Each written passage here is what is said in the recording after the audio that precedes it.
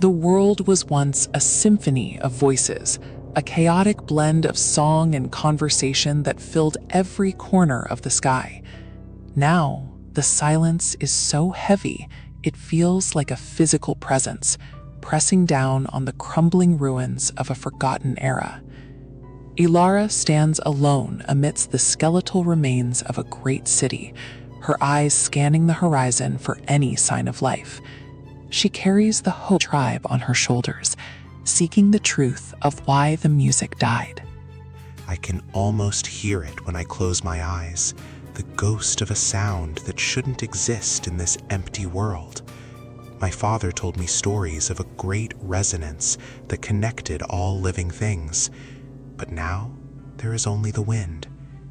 I have walked for weeks through these dusty streets, and I refuse to turn back now. There is something calling to me from beneath the earth, a vibration that my boots can feel, even if my ears cannot. She moves with the grace of a hunter, her boots making soft thuds against the cracked asphalt of the ancient highways.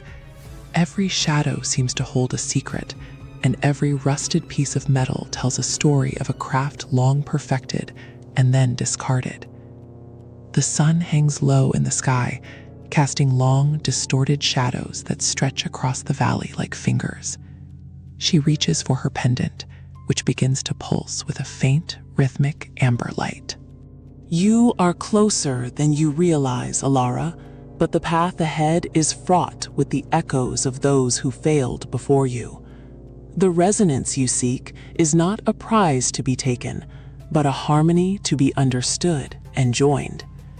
Do not let the silence frighten you, for it is merely the space between the notes of a greater song.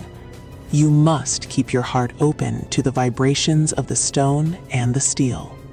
The cave entrance is a jagged wound in the side of the mountain, framed by twisted girders and blackened stone. Ilara hesitates for a moment, her breath hitching in her chest as she stares into the absolute darkness within. She ignites a flare, the brilliant crimson sparks illuminating the cavern walls, which are covered in strange flowing glyphs. These are not just markings, they are the visual representation of sound, frozen in time by a forgotten art. The air in here is cold, but it carries a scent I haven't smelled in years, the smell of damp earth and ozone. These carvings on the wall seem to shiver as I pass by them, as if they are waking up from a long sleep. I can feel the pendant getting warmer against my chest, its light dancing in sync with the symbols. I wonder if Kalen was the one who carved these, or if he is just another ghost trapped in the machine. As she descends deeper, the narrow passage opens into a vast underground chamber that defies logic and gravity. Flowing islands of obsidian are suspended in the air, connected by bridges of solidified light that hum with a low frequency.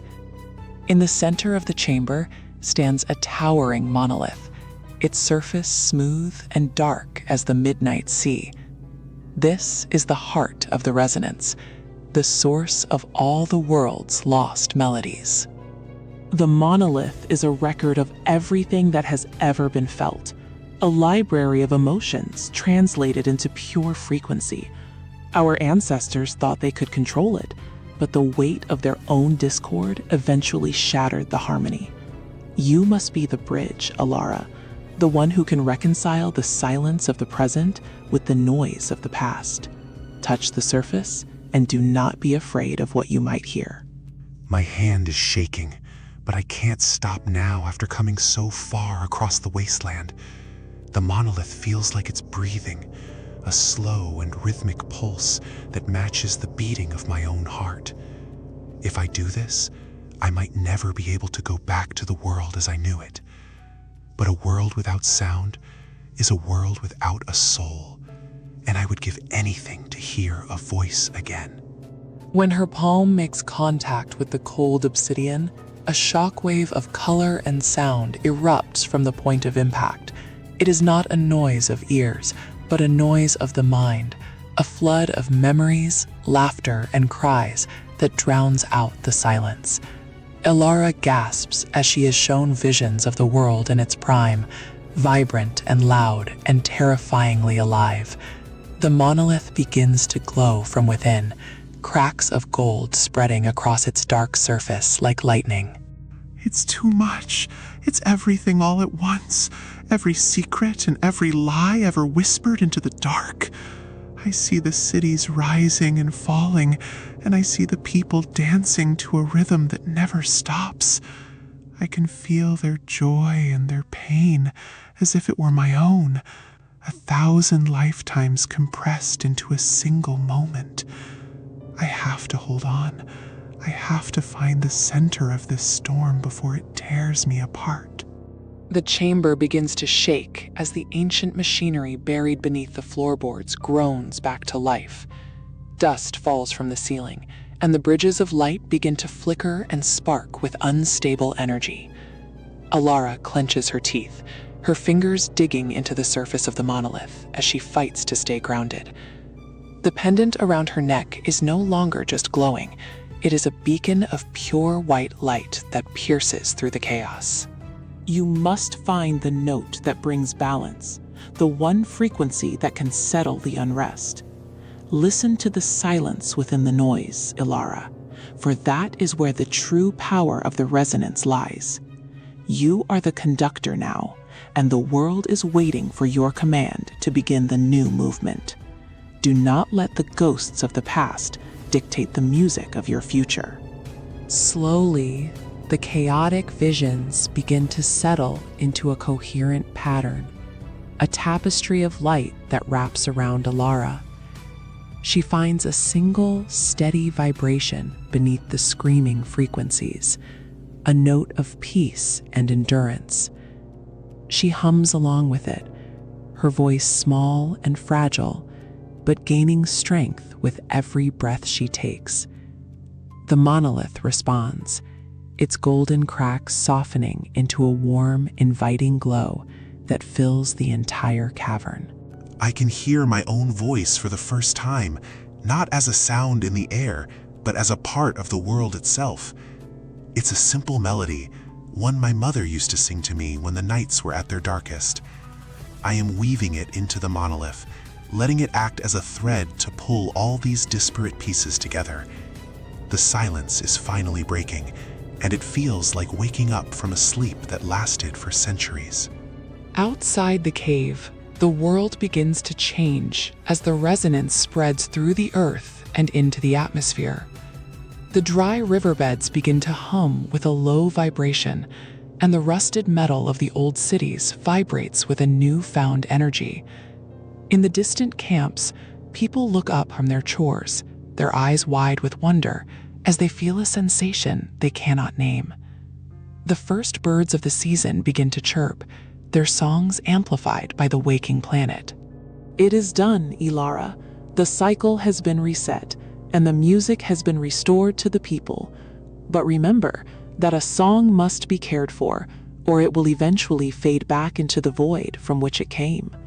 You have become the guardian of this new harmony, and your journey has only just begun.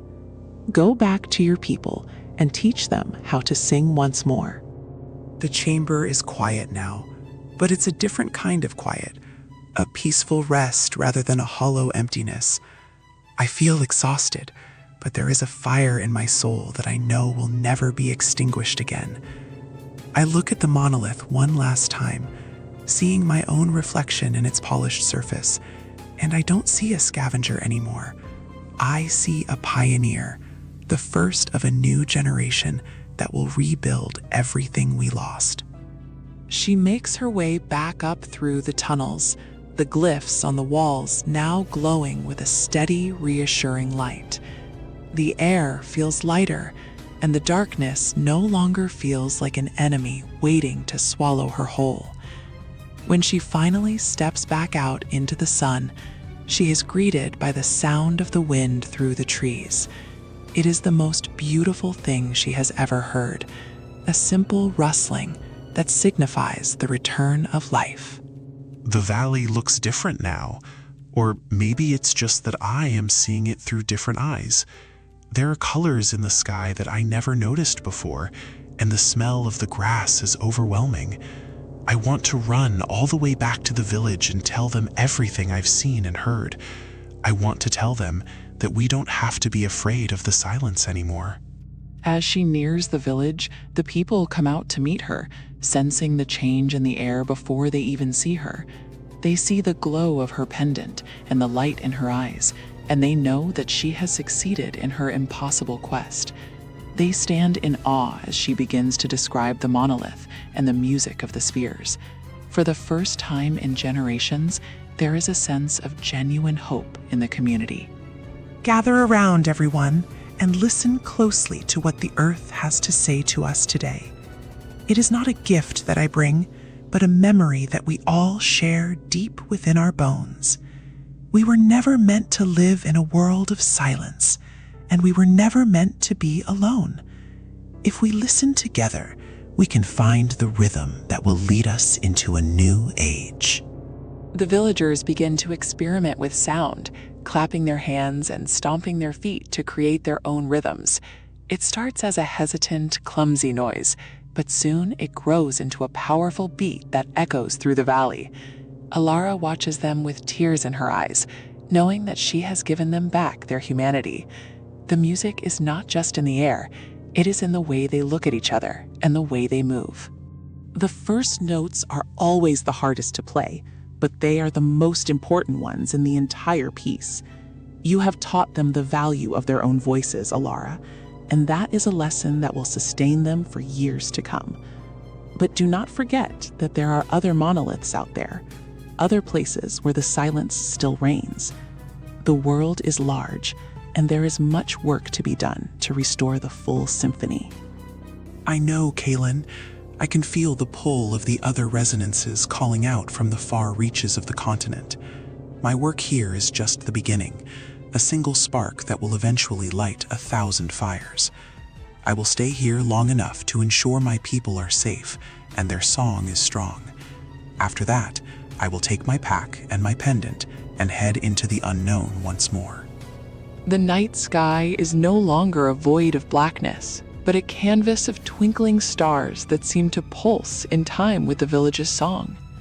The silence has been pushed back to the edges of the world, a receding tide that leaves behind a vibrant and noisy landscape. Alara feels a sense of belonging that she has never known before, a connection to the past, present, and future. She is no longer just a scavenger. She is the first bard of the new world. Even the stars seem to have a voice tonight, a high-pitched shimmering that I can feel in my teeth. I wonder if there are others out there on other worlds, listening to the same music and wondering about us. It's a big universe, but it doesn't feel so empty when you can hear the heartbeat of the planet. I am ready for whatever comes next, because I know I am part of something beautiful. Months pass, and the village transforms into a bustling hub of culture and discovery, fueled by the energy of the residents. They build great halls where the music is preserved and studied, and they send out scouts of their own to find other survivors. Alara leads these efforts, her wisdom and experience guiding the next generation of explorers. The story of her journey becomes a legend, whispered by children around the fire. You have exceeded all my expectations, my student, and you have honored the memory of those who came before you. The resonance is stable, and the harmony is growing stronger with every passing day. But a new shadow is beginning to form on the horizon, a silence that is not natural, but manufactured. You must be prepared to face a different kind of enemy, one that seeks to silence the world by choice. I've felt it too, a cold spot in the resonance that refuses to join the harmony. It's coming from the north, from the iron spires where the old machines were built to last forever. If someone is trying to bring back the great silence, I will be there to stop them before they can strike. I've spent too much time fighting for this music to let it be taken away now. She prepares for her departure, packing only the essentials and her trusty pendant, which has become her most valuable tool. The villagers gather to say goodbye, their voices raised in a song of protection and safe passage. They know that she is their champion, the one who will stand between them and the returning darkness. Alara waves one last time before turning her back on the home she helped rebuild. Don't stop singing while I'm gone, because your voices are the anchor that keeps this world from drifting away. I will find the source of the new silence, and I will bring back the notes they've stolen.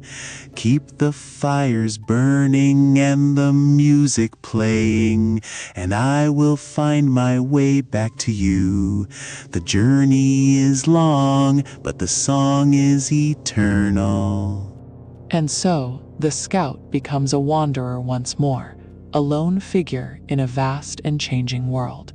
She carries the hopes of the living and the memories of the dead, her every step a beat in the rhythm of the new age. The silent odyssey has ended, but the symphony of the spires is about to begin. The world is listening, and for the first time in 1,000 years, it likes what it hears.